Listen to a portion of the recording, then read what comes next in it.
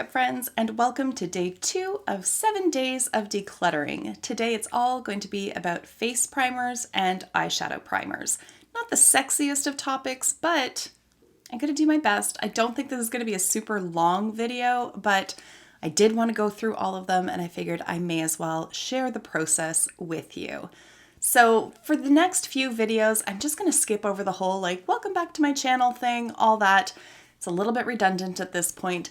And I think with declutters, let's just get in, get her done, get on out. So that's what we're going to do. But for now, let's jump into the declutter.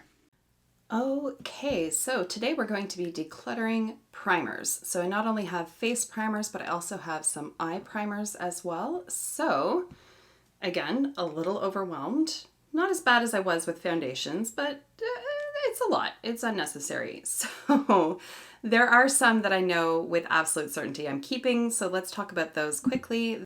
So there's this one here from Dior. This is the Backstage Primer in shade 001 Universal. And I just really like this foundation, or this primer. As I was saying about the Dior Backstage Foundation, it's just a workhorse. It's a staple product, very consistent, very dependable, as is this primer. It doesn't blur, it doesn't mattify, it doesn't glowify. Luminize? I guess that would be a much better word than glowify. Anyways, it just primes. That's all it does. It almost is like a moisturizer, and I just really like this one. I like using this one when I'm testing out new foundations because it doesn't alter the way the foundation performs at all. This one I'm most definitely going to be keeping.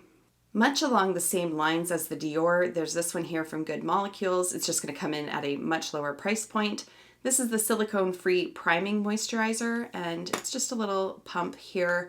I mean, it's kind of right there in the name. It's a priming moisturizer, so it does feel like a skincare step more so than a makeup step. Again, it's not really blurring anything. It's not mattifying or adding any luminosity to the skin. It's just basically a moisturizer. And I really do like that it's silicone free. You'll see that as we go through here. I don't really have any primers that have that silicone slip kind of feel to them because I really don't like that feel. That texture just sets my teeth on edge and I can't handle it. So I tend not to buy those because I know it's going to drive me insane. But this is another one that's just very dependable. And I do like wearing this one under foundations when I'm testing them out because it doesn't alter the performance. These guys here are from Gerard Cosmetics. These are the clean canvas eye bases. So I have the shade medium over here. And then I have white. I think I just finished up my light one, so that's why I don't have light. Maybe I should reorder that one. At any rate, I really like these eye bases. There is a little bit of a learning curve to them. Once you try them, you'll figure it out pretty quickly, but basically a little goes a very long way. So you really don't want to load up a ton of product or else it will crease, but I love this because it just blends out perfectly over my eyelid. It cancels out any discoloration that I have. And it just, again, like the name would suggest, provides a nice clean canvas for eyeshadows to go on. It's not super sticky, but if you don't set it, it will help the shadows grip. If you do set it with a bit of powder, it still just cancels out any discoloration. So it's a staple in my collection. And the white one is really nice to have for when I'm doing halo eyes or using lighter colors and I really want them to pop. So I use the white one for that. This one here is also white. This is from e.l.f. and it's the Putty Eye Primer, but I don't like the texture. It's so hard. There's really no give to it at all. I'm pressing, and that's how much pressure it takes to make a little bit of a dip in there. And that just translates to trying to blend it onto the eye. You can see even though I was pressing that hard, there's really not a ton of product here. Once you get it going and it warms up on the skin, then it does sort of become a little bit more emollient, a little bit more blendable. But given the two, I would take the Gerard Cosmetics over the e.l.f. any day. It's just so much easier to work with. Just a little tap and there you go. If you really want to go to town on it, a little's going to go a long way. But I just find that this formula is so much nicer to work with than the one from e.l.f. I have a couple other products here. Again, one from e.l.f., one from Gerard Cosmetics. This one is the Poreless Putty Primer from e.l.f. And it's sort of a dupe for the Tatcha one. What the hell is it called? The Silk Canvas. This one is much better in consistency than the Putty Eye Primer. This still just isn't my favorite. I did have a deluxe sample of the Tatcha Silk Canvas and I didn't like that either. I just found that it pilled on my skin quite easily unless I just like pressed it right into the pores. I don't really suffer a lot of pore issues, and so this is one that I just consistently overlook. I've had it for quite some time and you can see that I really haven't made much of a dent in it, and I really don't predict myself doing so. However, I'm going to put it into what I'm calling makeup purgatory. So I'm going to set it aside, try it out a few times, and then really put it to the test and determine whether I want to use it or not. But I suspect that I'm going to be letting this one go because I just don't love that texture as a primer. And then this one here from Gerard Cosmetics is the BB Plus Illumination Facial Cream. I have it in the shade Grace. This one, if you like glow, get this. Like, get it because you are going to glow to the moon and back. But I just find it too much. Like, even when I put foundation over top of it, it's too strong of a glow for me, and so I just tend not to use it. I could use it as like a liquid highlighter, but I don't. It's just, I don't know, I just don't. And I think this will suit some people's purposes. Like, the product formula itself is very nice, but I just don't want that much glow on my skin, and so I just tend not to use this.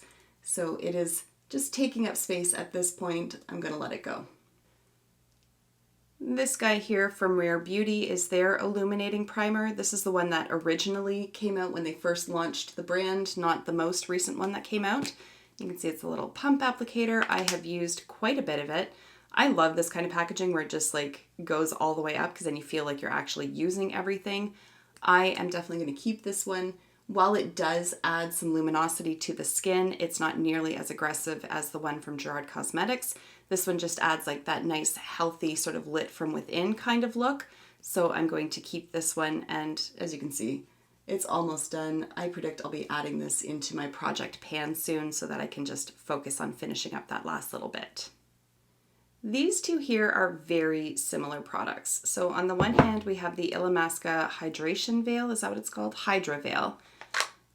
And so it just comes and there's like a little scoopy doopy thing. That's the technical term. And then it's like a little jelly and you can scoop it out with this, put it on your skin, mush it around, away you go. I don't love the texture of it, to be honest. You might be able to tell from watching my videos. I'm very texture driven. Like, there's certain things that just like, they just, this is one of them. I don't love the texture of it. And then this one over here is from NYX. This is the Bear With Me Hydrating Jelly Primer. So again, very, very similar. It's just this one doesn't come with that little helpful scoop, but they are very hydrating, both of them, I will say. I tend to need a little bit more of a boost of hydration in winter, more so than I do in summer. However, I'm going to keep them both, even though they're basically the same thing. I really can't tell one like difference from one versus the other. So if you do like this kind of primer, like try the NYX because it's going to be like $20 cheaper than the Illamasqua. I've had this for bloody ever. I can't remember even when I bought it, but I've had it forever. I'm going to save both of them this round, but the next time I do a declutter, if I haven't made any sort of significant headway with either of them, they're going, because that just shows me that I do not like this kind of primer. I just find them messy. They're fussy to work with. The, like, shit falls off of your hand.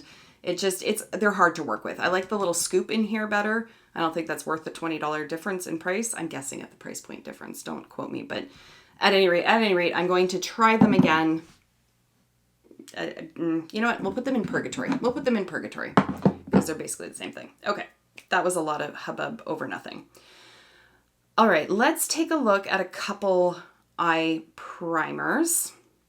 This one here is from Sigma, and this is their eyeshadow base primer. I have it in the shade Persuade.